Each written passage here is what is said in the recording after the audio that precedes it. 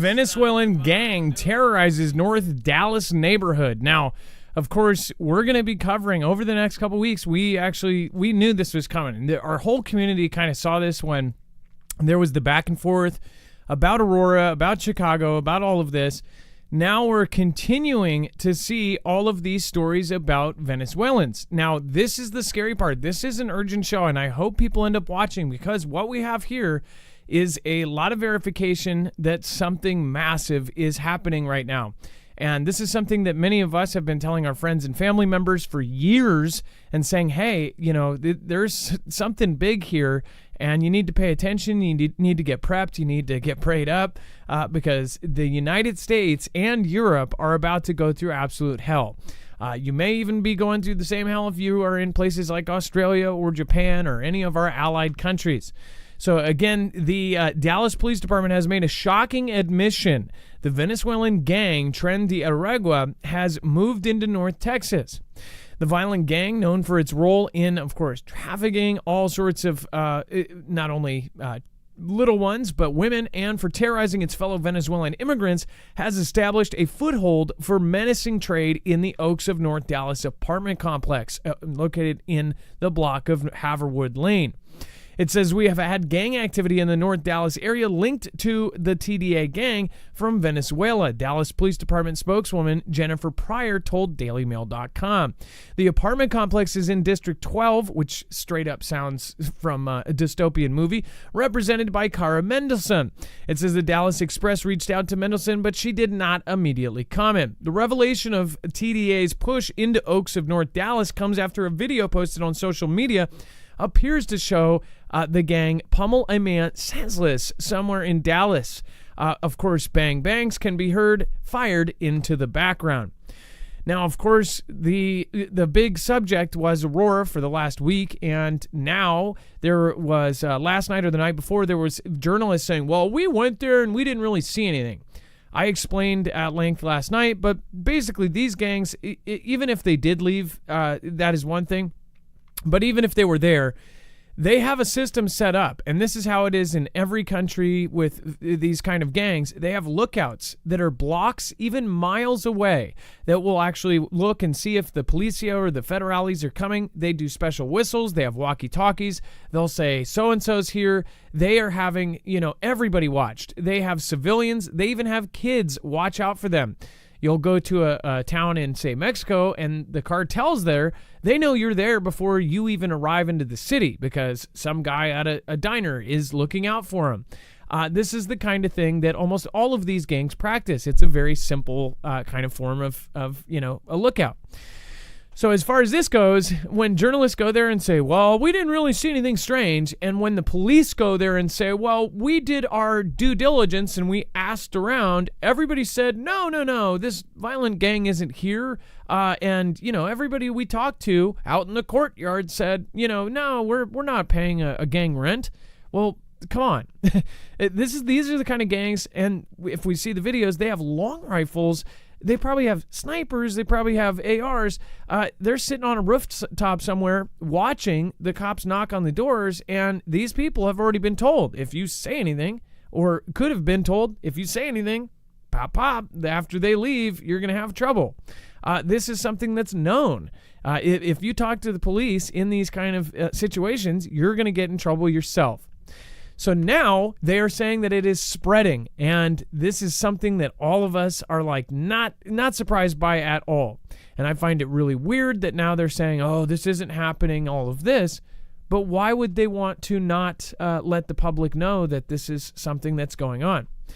Now, of course, there is major infrastructure that's now at risk. We'll talk about that here in a second, which, man, everything is kind of fitting into place right now.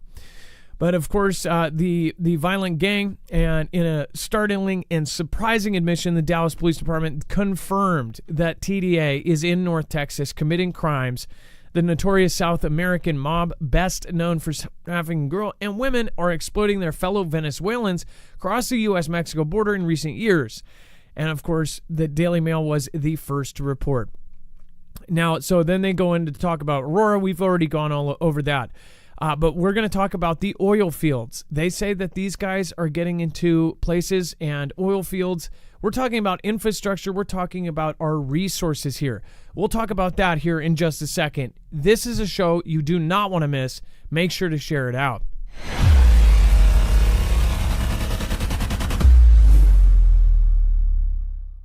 Nothing in this show should be considered legal, medical, or financial advice. The views of the callers can differ considerably and do not necessarily reflect my opinion, Dex's opinion, or anyone else who works with the show. You should always do your own research and consult with professionals. The internet is full of fake news, so please take everything with a grain of salt. If you have not already, it helps us out if you end up going through any of our affiliates, and it helps you out if you end up protecting yourself against cybercrime. NordVPN is one of the best and one of the easiest to use. If you do not have a virtual private network, it protects your IP address, which is your online identity, which actually connects to your real address and everything else.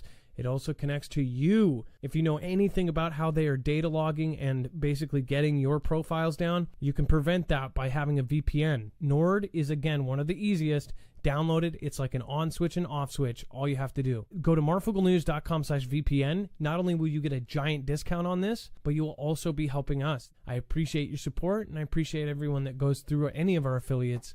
Can't say thank you enough.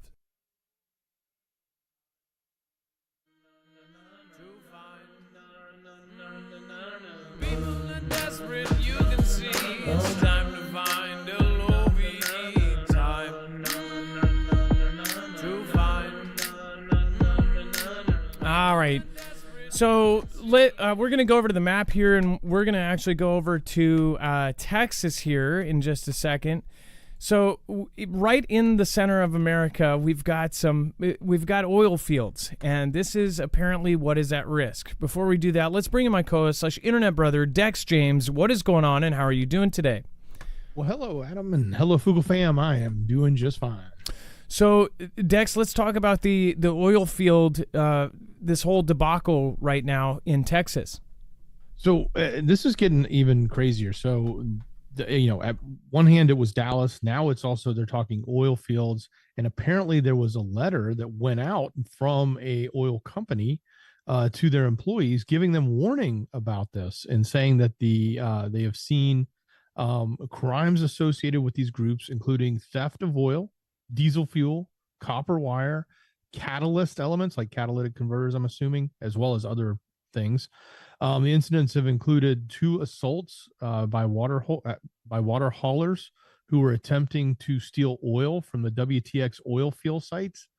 After the thieves were observed by witnesses who drove up to investigate, the thieves attempted to use their vehicles to run the witnesses off the road.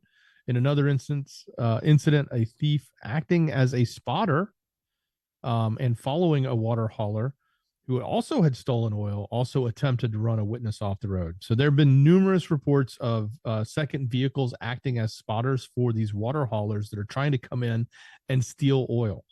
In this particular criminal activity bulletin that the company had put out, or the oil field had put out. And they also showed a picture with, I guess, a tat on the arm, and that was one of the recognizable markings for TDA. So that's why they're talking about this. This is, I think we're going to hear a lot more of this, not just at this oil field, but that's just an example. We're probably going to start to hear more and more of what's going on and what TDA is doing across America. And I guess that's the most concerning part. I mean, this is a company basically saying specifically look out for these people. If you see this, this is getting insane. This is why we said this is one of the shows that you definitely want to share out. Now, as far as the different areas that we're seeing just huge numbers of people come in, I am in a state where I do notice it. I don't know if all states notice this. But we've noticed not only people from this country, but from tons of countries. It's really, really incredible to see how many people are moving into the bigger cities and how many people are camping now. I mean, you can go down anywhere in Seattle and see this is becoming an issue. I mean, after CV, you had a lot of problems. I mean, that obviously put a lot of people out of their home. We actually covered back in, I think it was 22, when the moratorium for eviction, when that ended, there was a world record of evictions in our country in a very, very short amount of time. Basically, everybody was not allowed to evict anyone during CV. Right when that ended, all of those people that hadn't paid rent for 6 months, a year, 2 years, almost in some cases, all those people were out on the street. A lot of them, of course, couldn't find another place. And then, boom, you've got a giant homeless issue. Well, now you have folks from every which country coming here with basically nothing set up. What money they did have, they probably gave to either one of these gangs, or they used it to get here. It's extremely expensive to go in one of these groups to get through. I don't know if it's become cheaper now that there's just huge caravans of people coming. But as far as the folks from this country, this is a huge deal. As we said since the beginning, of course, there are some families that are coming in that literally are getting away from a hellhole country, and they're just trying to survive. They're just trying to find a better place for their country. Just as most of our families came through and went through Ellis Island. That's a big thing here. Everybody made this a politicized thing about this or that. When it comes down to it, almost all of us are immigrants. My whole family were immigrants. At one point, they came through Ellis Island just like many else. So if I look at different people of all different colors, I see the same story. It's just, how many years ago were they going through that same story? It didn't matter what color it was. And that's what people pointed out, that it's, oh, well, you're against these people coming here like it's a color thing. No, it's a border thing. It's a country being set up to take so many citizens. They each have they each have a spot in it so they can set up the whole system. Having millions of people in a place, you have to have organization. As far as, migration, a lot of people have migrated in America. Almost everybody here was an immigrant at one point, but they did it the legit way. So then they have it set up for you. It's kind of like having a place set at the table when you invite a guest over to dinner, or having a room open when you have somebody come and live with you. You have a spot open for them, or a vacant room in a hotel. They have the amenities planned and set up for you. So with this is something else. This is not just normal, hey, we're going to get in here and try to get a job and try to get a better life. These are folks that are taking advantage of the current kind of laws, the current things that are in place. I cannot believe how many new people are just coming in, and you can tell because they do not have housing. We're talking about whole tent cities being set up in almost every sub-city, sub-neighborhood of the cities here. Just in my area, there's, of course, Tacoma, there's Burien, there's Seattle, there's, of course, Shoreline now has like a tent city. You have Ballard is like tent cities every other block. You have, of course, Renton, Covington. You have all of these different cities. Bellevue has tent cities all over the place now. Like, that's insane to me. Bellevue was always where like the, Bill Gates and stuff lived. Even in Medina, I saw people camping out in the bushes when we went across, I don't know if it was I-90 or 405, but it's like, what the hell is happening here? So this seems like it is extremely organized, and it's not just, people are coming for a better life, obviously. Now, as far as the Arctic ambition, 3 Chinese icebreakers forge polar presence for unity with Russia. Now, we've actually talked about these icebreakers. We've talked about what's going on in the Arctic, and there is a lot up there. Obviously, there are militaries that are trying to set up bases there because strategically, the Arctic region is extremely important, especially if you are going to get into a World War III scenario. But China's decision to send 3 icebreakers to the Arctic is a clear signal of the growing importance of putting cooperation with Russia against NATO presence in the polar region, a U.S. analyst said. Since July, China sent its 3 icebreakers to the Arctic Sea for the first time, according to Newsweek, which cited open source ship tracking data based on the Automatic Identification System, or the IAS. One of the ships, the Zhulong 2, left Qingdao, eastern province of Shandong, on July 5th, where it transited the Bering Sea to enter the Arctic Ocean between July 17th and July 13th, before arriving in Murmansk, a port city of northern Russia. The ship left Murmansk on August 30th and now is in the Barents Sea, according to marine traffic. Chinese scientists conduct crucial expeditions in the Arctic Ocean. Another Chinese icebreaker, of course, the GD, left Qingdao on August 6th and is sailing through the Arctic waters near the border between Russia's Chukchi Peninsula and northeast coast of Alaska. The ship, reportedly China's next-generation icebreaker, was delivered in June. And then, of course, the third vessel, the Shandong Di, left Guangzhou in the southern Chinese province on July 27th, is also sailing in the Chukchi Sea. By sailing its icebreakers through the Arctic, Beijing was sending a clear signal that it was seriously pursuing its great power ambitions commercially, scientifically, diplomatically, and militarily in the polar regions. They're basically making a new road here. These are used for everything from transport to military purposes, for everything. They are setting up shop. This is something that, when they end up getting this through, this is going to be continuous kind of line between them. And I could be wrong, but I believe that this is a pretty big shortcut, too, if they get everything set up. And then Power Rigs told the U.S. Naval Institute's online news site that there were major shifts underway in the region's physical and geopolitical landscape that China sought to capitalize on. China had been gradually building a physical presence through commercial and scientific activities, which were key to maintaining an influence and depending their interest there. It says including mineral and energy exploration and development. Also think about the possible resources that are up there, what they could end up grabbing out of this. Dex, do you have an opinion on the icebreakers and what's going on in the Arctic?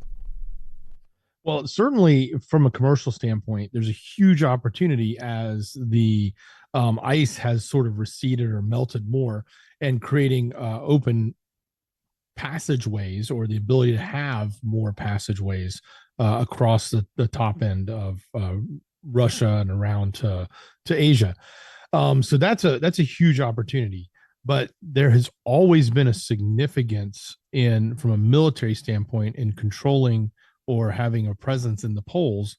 It was obvious if you just rewound before China became a big player in the space, that between the U.S. and Russia, those were our closest points. That's where pretty much all of our strategic weaponry was aimed, was to just go straight across the pole and strike the other. And all of our defenses and early detections, a lot of them were in those areas. We've always been pointed to the north. So China playing into that, it also now adds, from a military point of view, a third player that is looking at the Arctic as something very significant in that sense. So I think you got to add it all up. But I think the most important one is the military one. And there's probably something to be said about how the Arctic's going to play out too, as it relates to space and what's going to happen in space warfare. Because I have a sneaking suspicion that a lot of communications and other things are going to be taking place through the Arctic, as opposed to in other areas. And not to mention, when you actually look at where they can end up having different military options placed, if they control parts of that Arctic region, you're talking about now new tech that most of us probably don't even know about, that they could put up into the Arctic that could affect us here in the United States or anywhere. So again, very, very important area. Now, before we move on, a reminder, make sure to go check out marfugglenews.com for different affiliates like the EMP Shield. This is our recommendation if you want to protect yourself against not only an adversary's EMP strike, an electromagnetic pulse attack, which again would happen in multiple pulses and multiple waves, then you would want to get an EMP shield. But the greatest part about it is that it also protects your cars, trucks, motorcycles, boats, generators, gas, and solar in the case of the Flex 1500 and Tactical. It doesn't only protect you against all of those things from EMP, it also protects you against a Carrington-level event from the sun. So this is a dual and sometimes triple purpose. In the version that goes in your home, it actually protects you against lightning strikes. In fact, they have a guarantee against that, $25,000 guarantee that this will take the brunt of it, or they'll end up having that used. No questions asked. So go over and check it out, marfooglenews.com/EMP. This is the same company that has not only been mentioned by the DHS EMP Resilience Report and been used by agencies like DOD and DHS, but it's also on the DEMSO team right now helping the Texas grid. Now civilians and even audience members are saying that they're seeing EMP shield popping up in important areas in transformers and things like that. So if they're protecting themselves, we should be protecting us as well. Again, when they're doing something they don't talk about at all and it's very quiet, then it's probably a good sign that they are doing it for a reason, and we should be too. It's very easy. It takes 10 minutes to put in your car, but I think that if we all had something like this, if this was regulated, if this was put in every car by default, in every house by code, that we would not have an issue. There would be no disaster when we get hit by an EMP or a Carrington level event. But that's not the case. It's not Japan. They don't just sign a check to protect the future of our children and our grandchildren. They don't. So we have to wait until something's broken to fix it. And again, if you don't want to wait, do it yourself. Literally, it's the easiest thing to put in your cars. And it's, again, something you won't need until you need it. And once you need it, that's going to get you home or get you out to bug out. You don't want to be able to, go into your car, try to start it, and nothing works. There's no electronics whatsoever. So go to marfooglenews.com/EMP. Use code MARF for $50 off on the device, and you help your favorite channel at the same time.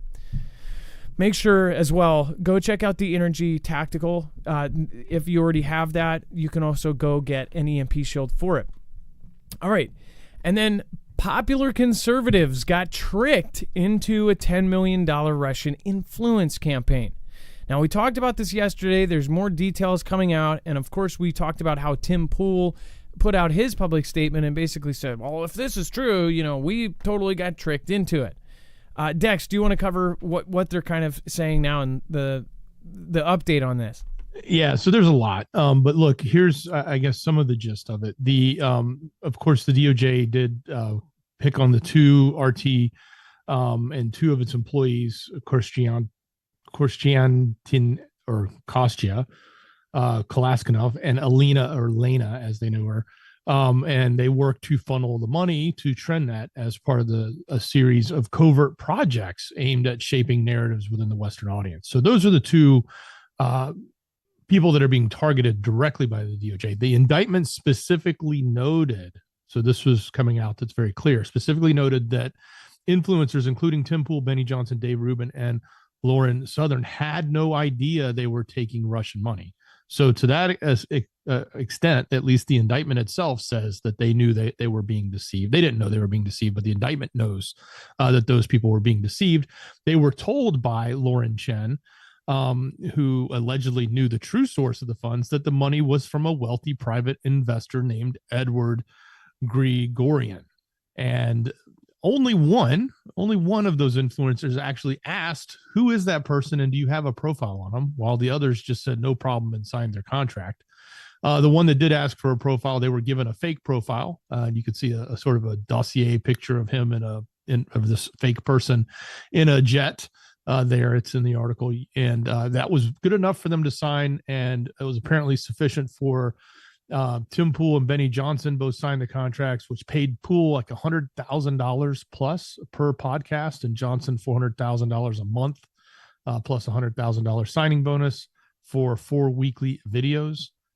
But all of this was coming allegedly, as they're claiming, from a Russian fund that these two people from RT had knowledge about and were deceiving. So that's the current story. There's a lot of juicy details there, but at least at this point, even the indictment does say that those influencers that we all know or have heard of, for the most part, were deceived themselves. Well, if you see this, so is this the person that they are saying that is the bad guy involved, the Edward Grigorian, right? No, it's a fake name. So it's a fake profile. So that's like a stock picture of somebody, or yeah, like, only one of all of those influencers asked who this name was, who this rich oligarch was, and they provided this write-up to them to say, here's who Edward Gregario is, or whatever the name was. And that was good enough for them to go, okay, well, that looks good enough for me. I'll sign. And it says they were born in Brussels. They were to a French Armenian father and Belgian mother. Like, what? Why would they include that for something like this? You know what I mean? Like, oh, like if you're talking about a businessman, like, oh, well, yeah, okay, but who are your parents and what ethnicities were they? Like, I don't know. Why even include that? Maybe in a Wikipedia, but for something like I guess you could want to know that for investment purposes, but I bet they saw the amount on whatever check or whatever contract. They're like, their eyes got all big and they said, okay. Again, like they said, nobody asked. Nobody asked, said, well, who is this from? Or where's this coming from? And this and that. Who's this person? Like, that's day one stuff. If you're doing any kind of contracts or working with any kind of company, you should check them out. As far as the Tim Pool stuff, everything else, I think that everybody's going to have their own opinion about it based on their bias of the people themselves, like the Tim Pools, the Bennians, and all of that. By the way, thank you so much to the Foogle fam. Thank you so much, Carol. I appreciate the super sticker. Thank you, Stephen McMahon. Off to work. Love y'all. Stay salty. Keep your powder dry. Okay. And then, Stephen, thank you for stopping by once again. Olga Turan. Thank you, Carlton Sutton. Read the Bible and believe in Jesus. Carlton, thank you. And bless you. Thank you. I appreciate that. Thank you so much. Ezekiel R. Says, Putin endorsed Harris. Well, I like, that's something I don't, again, he did say it. It was a joke. It was. Yeah. It sounded very jokingly, though, right? Well, I know, but you just believe that kind of thing. Of course, Putin would say something like that, but at this point, what is weird anymore? Like, honestly, if they say, if something like that is said, and there's probably the clip of him saying it, right? But who would doubt that? At this point, like, what is crazy anymore? What is weird? Ezekiel R., thank you for the support. I appreciate that. Well, and would he endorse? Would he endorse the person he really wants, or would he endorse the person he doesn't want?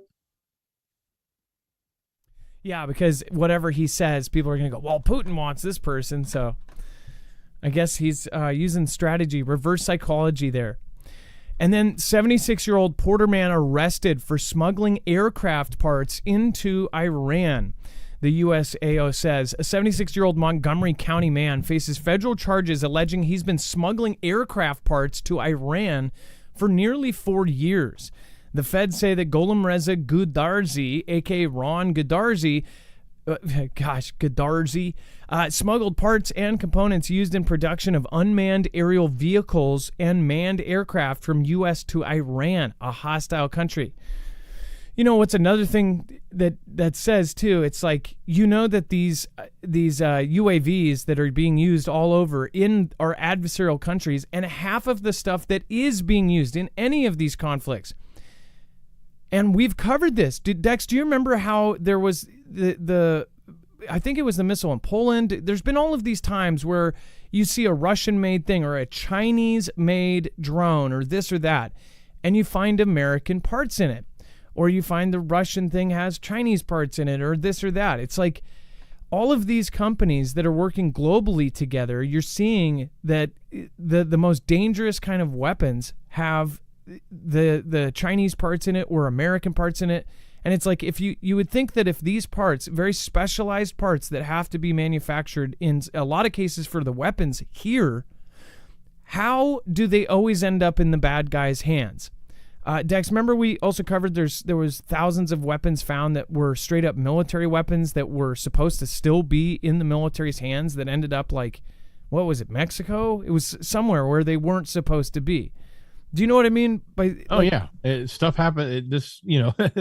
We can't keep track of what we were even. We couldn't even keep track of the inventory of what we were sending into UKR, let alone the fact that random stuff was showing up in Mexico or things go missing. So yeah, we have a problem, an obvious problem. But this guy is a problem too. And there's no telling how much of this goes on. And obviously doing this is getting something that you couldn't readily source elsewhere. It's not like you needed a power supply for a computer. You can find those all over the globe, right? Whether it's American made or not, it doesn't really matter. He's obviously finding specific parts and specific components that are needed that are probably only sourced here. Otherwise, why would he be shipping them to Iran from the U.S.? It reminds me of a kind of a separate but related story. It's, how China was offering some of our Navy pilots and ex-Navy pilots jobs. They were trying to recruit jet pilots from our actual Navy. Our Navy, Air Force, folks that were in the Air Force, Navy pilots, were getting approached by Chinese businessmen. And essentially, they were being asked to go to China and to join their military and to fly for them. And they would give them exorbitant amounts of money. This was back when I think they were talking about the second carrier that they put out, and then the third was almost done. They said that the third was finished, but they didn't have enough pilots for it. And there was this pilot shortage in China. But it's like in these cases, this is happening all over the place where these countries, Iran or China or Russia, they're going and they're paying exorbitant amounts of money to have these people do something that completely puts all of us at risk. It doesn't matter what country it is. In this case, it's sensitive U.S. technology that's going out the door and going straight to Iran, one of our biggest enemies.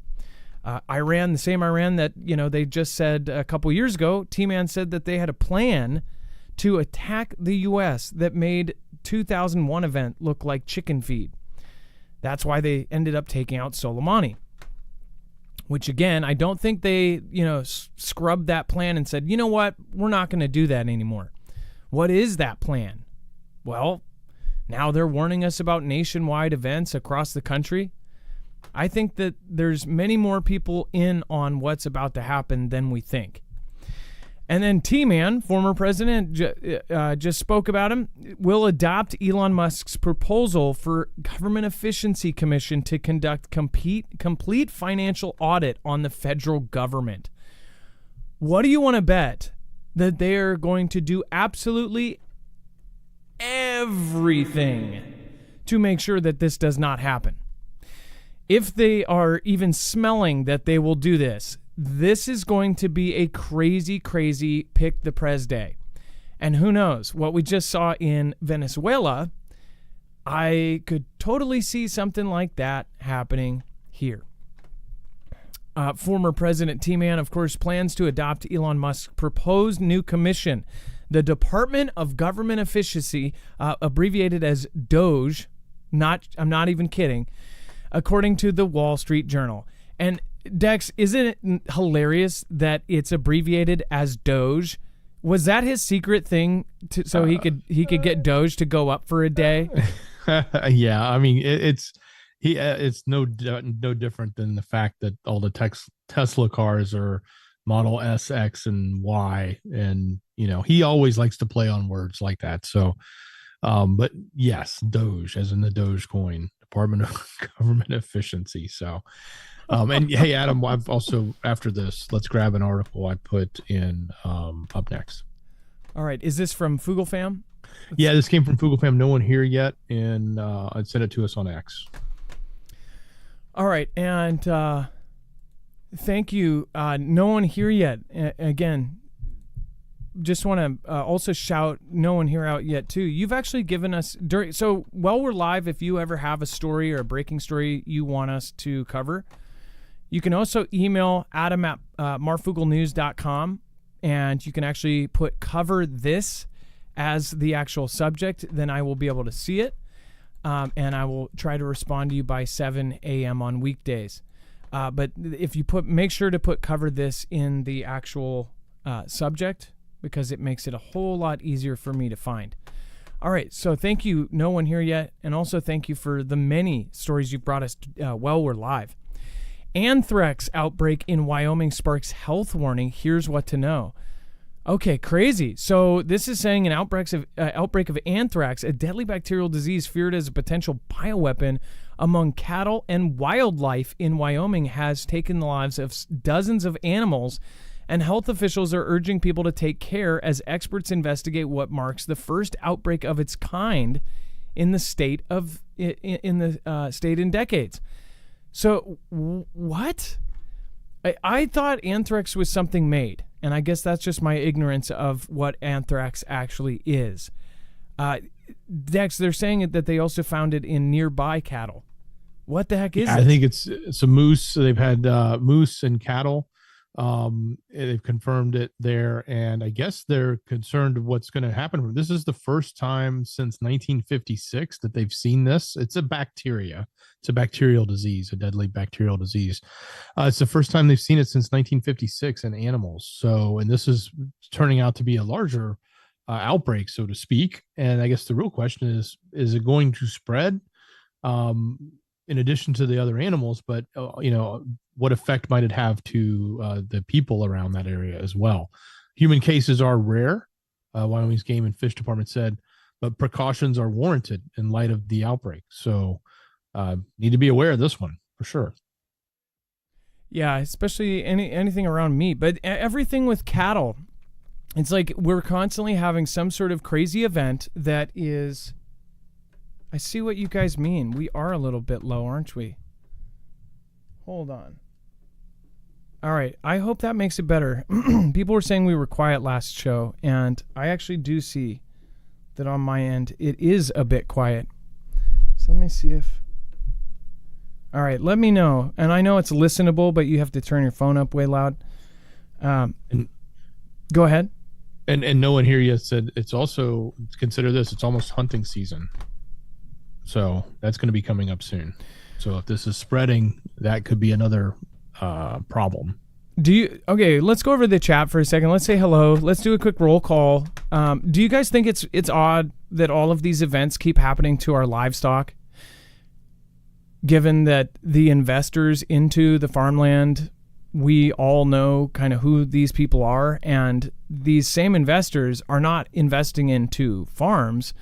They're actually doing the opposite. They're investing in fake meat. So don't you find it just strange that all of these events are happening to the existing farms that are not bought and purchased? Or who knows? Maybe some of them are. Very much so. Let's see here. Lady Yell, wasn't there already a mad cow disease? Yes. But I guess, was I the only one that did not know that anthrax was a bacterial thing? I thought it was like a man-made powder or something that... And that's just my own ignorance. I did not know that. So I learned something today. I know that anthrax and other things, there's only 2 locations in the world that have some of the most deadliest things, like anthrax. Again, apparently it can happen in, I'm assuming that means it can happen in nature, right? But as far as, like anthrax and the pox and all of these different things, there's 2 places in the world. One is in Russia, one is in Atlanta, Georgia. Right before CV happened, if you guys go back, and I know a lot of you are way newer than the shows we did on Cunningham, if you remember that name, but this gentleman ended up going missing. He ended up going missing in Atlanta. He was a very high up person. He dealt with the, those things, and he would actually respond to outbreaks around the world. He was a military man that was actually, I think he was concurrently serving in the military and working at the Atlanta Cat and Dog and Cat, if you catch my drift. And he went missing. And it was very strange. His shoes were at home, his keys, his dog, his car was there, and they basically said he went jogging. And then he went missing. Well, for like a week, I don't know how long it was that he was missing. His parents were saying like, no, he's a happy guy, this and that. Well, during that time period, his neighbor said the last time she saw him, she goes, yeah, it was really weird. Came up to me, or the husband said, yeah, my wife said that he came over, told my wife to delete his number out of their phone. And he was like frantic. Super, super, super, super shady. Basically telling the neighbor, delete my number, don't, basically like pretend you don't know me. That's super weird. Like, not only would there be a thought there that, like, if you do know him, then you're going to have something happen or something like that? Now, we don't know what truly happened, but nobody really believes that story. But around that same time, anthrax and all sorts of other things, including the POX, were in this lab, and we don't know what got out or if anything got out. But there was an explosion at the second location, the Russian location. The Atlanta thing had this huge deal with Tim, and then the Russian one had this explosion where they said the side of the wall blew out. To me, it in my crazy, tin hat mind, I thought of if the wall blew out in one of the labs that was containing some of the most deadly things, and this is right before CV, that was this like an operation? We've all seen the movies where they put,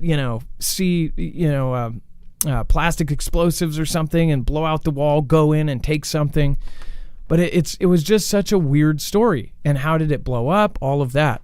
Right after that, then the U.S. orders like millions and millions of doses of for the POX, which does have relevance to today, because now they're saying that the MPOX is all around and that they're actually using these millions of bought and purchased Vs for the small version of it, which was eradicated in like 1982, which is also weird. Like, why are you buying millions of these things that go in people for something that was eradicated in 82? Now it's kind of like starting to come together. Now we see these outbreaks of things like this, and I'm just like, you have to question what the heck is going on. Dex, go ahead. So anthrax itself is zoonotic disease, meaning it can jump from animals to humans. But at the same time, they also say that it's an infectious disease and it's not contagious. So it doesn't necessarily spread, but both can get it, if that makes sense. And it comes from the spores. You can inhale it, you can eat it, you can get it on your skin. I think when it's on your skin, it's probably the least deadliest, but it is still, if it's not treated, it has a high rate of taking people out. And the common way to treat it is with ciprofloxacin, Cipro, which most people know as the antibiotic, and doxycycline, the other antibiotic, which, by the way, both of those are in your Jace case if you guys have one of those. So keep that in mind. Talk about timing. Yeah, and as for, with all of those different things, it's like over the years, all of these weird events happen, and you just stop believing that anything is unconnected. I mean, it's just, it's wild. And you start really looking at everything. By the way, over on chat, thank you, White Roses, Randy Man, LW, of course, Happy Quells. Doxy is far better on the stomach. Tax your tendons, don't do it. Diavro, again, I can't give any kind of advice on any of that. But yeah, I actually rarely take any kind of antibiotic. But if, because if you do take it for almost everything and anything, then you can get used to it. That's what they're worried about now is superbugs. Because so many people are prescribed everything for anything and everything, then the population as a whole, all of these bugs end up getting antibiotic resistant. And then once they become antibiotic resistant, then you start getting superbugs. And that's why something that's, very weak now in 5 years could end up being something absolutely horrendous.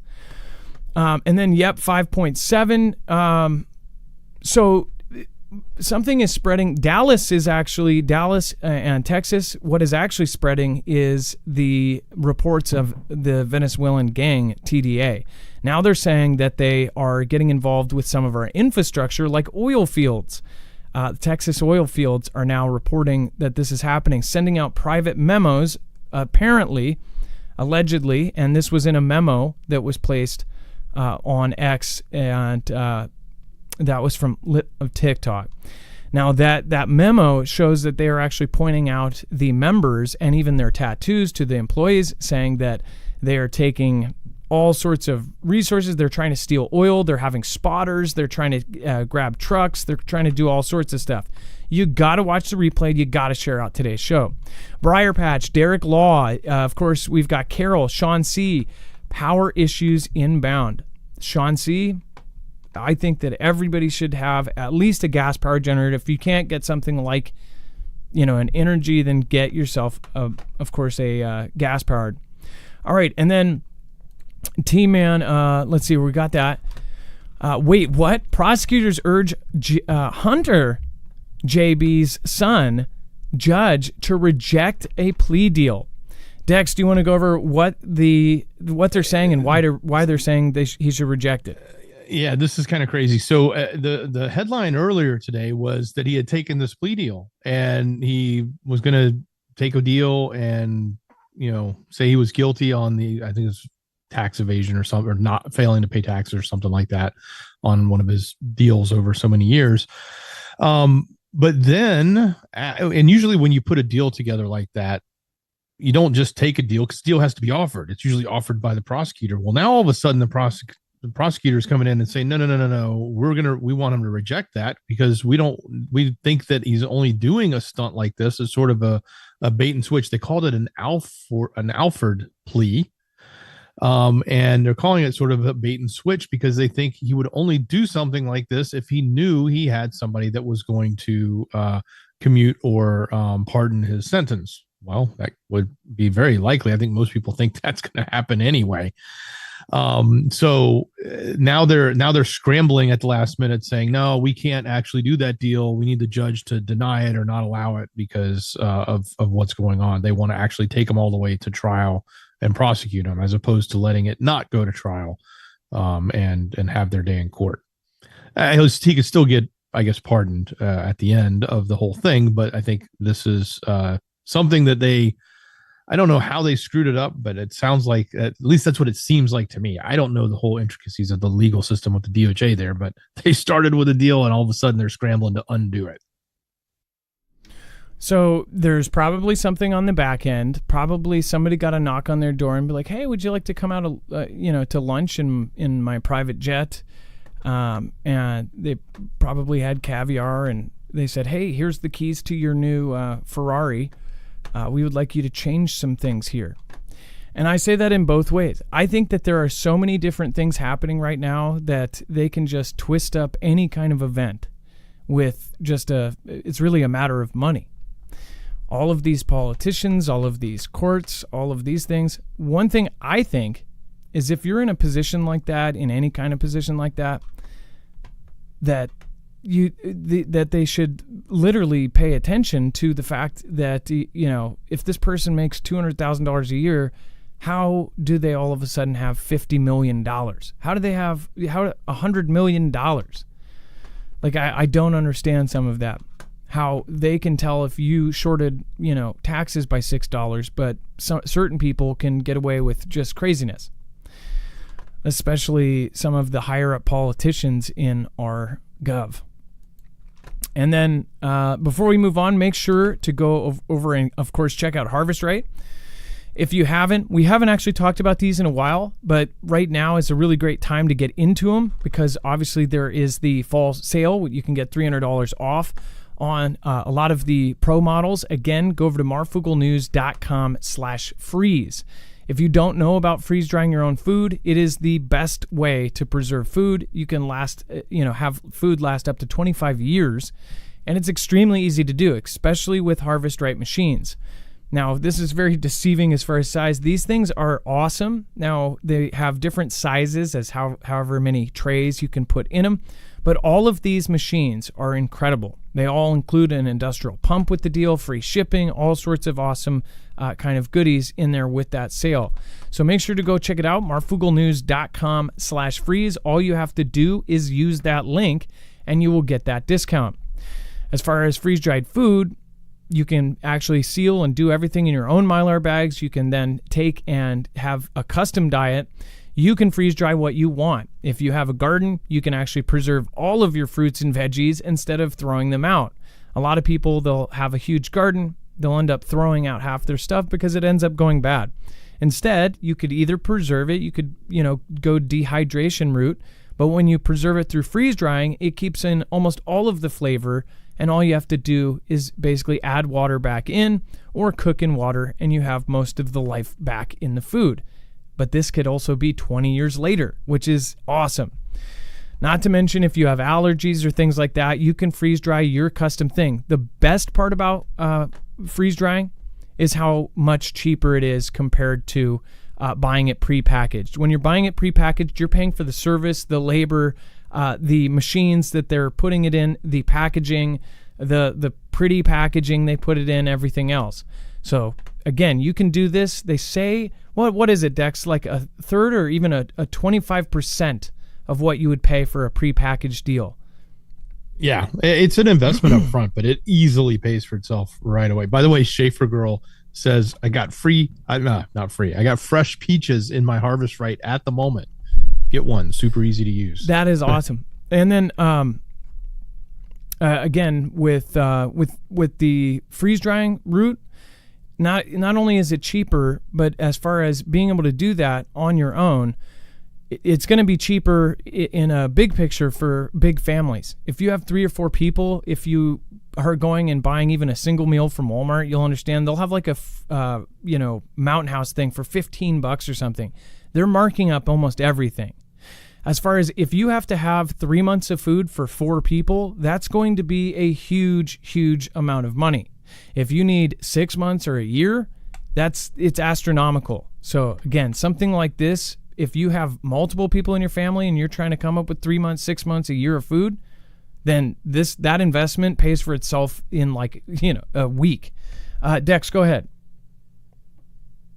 It's also a great investment to go in on. If you can't afford one all by yourself, if you get a couple of families together and share it and split time with it, that's another great way to do it. Yeah. My cousins do that. They both live across the city, and then they get together on Wednesdays and they freeze dry food.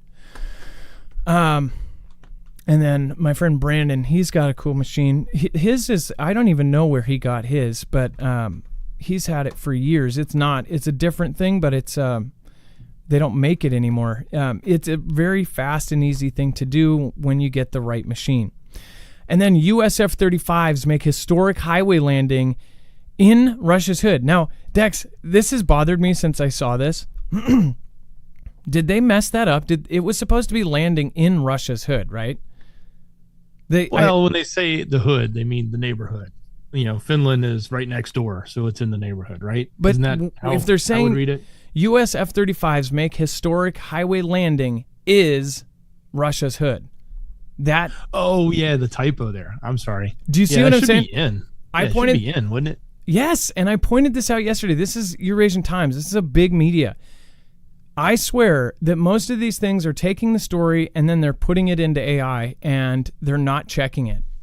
Or maybe they're even writing it, then they're having AI edit it or proofread it, and I think it's absolutely stupid. You could see how AI would look at something like this and not see the mistake, but the second you read this out loud, you know what's wrong. Is this historic highway is Russia's hood? But this is a big deal. We talked about this on the other show again, but I just wanted to side point that out because I think AI is literally taking over all of the mainstream media. CNET even admitted to. They put out an article about how they put out over 70 AI-generated articles and no one noticed. That, to me, is just scary. For journalism, if you're a journalist, it's really terrifying. Every job is being replaced right now. But yeah, it is a big deal. The actual story here, this is something I've covered. If most of you are longtime watchers, you know about the Taiwan doing this. South Korea has been doing this. The United States has been doing this, landing A-10 Warthogs. They even landed in the United States, what was it, a Hercules on a major highway. So this is what you do when you are practicing for an event where all of your airfields were taken out in kind of a first strike event. And Finland is doing this with F-35 Lightning IIs. That should tell you something. That's a clear sign that they are looking at contingencies for having a first strike where all of their airfields are gone. That is why they practice things like this. So again, they were landing on a highway in Finland on September 4th. This marked the first time ever a fifth-generation U.S. fighter jet has operated from a road instead of a runway. That was, of course, in Europe. That's happened here. We covered when this happened here. Over the last 4 or 5 years, this has been happening a lot. So I just want to point out, these is on top of 1,000 different reasons why there's clear proof that they're planning for a big, massive war. Dex, go ahead. Well, and let's also think about what is actually happening here in this test or in this drill. When they do it in the States, when they do it in Guam, or when they do it here in Finland, it's not, the headline is the F-35 landed on the interstate, okay, or landed on a highway. But what you have to also realize is what is the infrastructure they put in place. And when I mean that, I mean the mobile infrastructure that they brought in to potentially refuel, rearm, right? All of that ground support is also part of this that nobody really talks about. They just talk about, oh my gosh, an F-35 landed on the interstate. But the only reason you're going to put the F-35 down in the interstate is you ran out of fuel or you need to rearm it. So that tactic is also happening. And they're talking about how do they do that from the ground and not from an airbase. And so that type of setup is also just as critical as thinking about, we can land a plane on the highway. And it's not only taking off on a highway for different sorts of planes and jets. There's different difficulties depending on what it is. Obviously there's some of the jets that can do a vertical takeoff, but they need kind of a short runway to actually land. So yeah, I think that should be a clear sign to everybody that they're preparing for something. We can see before CV, you could see the planning for Ademic before it happened. Now, of course, there's an argument about what really CV was and how it came to play, but the majority of people, including representatives of our government, have said that pretty much they believe it came from a certain place, and that certain place might have been in China, right? And as far as that goes, why was there so much prep right before that? Why were there tabletop exercises? Why were they doing surveys and having masked, people doing kind of these exercises in Seattle and other places? Why were they doing all of these drills right before it? And it makes you think, well, if they look at the most probable event to happen, they then plan accordingly. So when you see the kinds of exercises they're all of a sudden doing, you go, what is this based off of? Well, most of the time it's based off of information that we, the civilians, do not have. We don't get the information. We don't know what they're talking about in top secret meetings.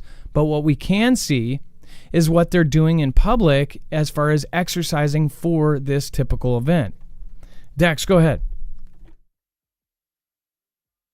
Oh, no, you're spot on, Adam. You said what I was going to say. Go ahead.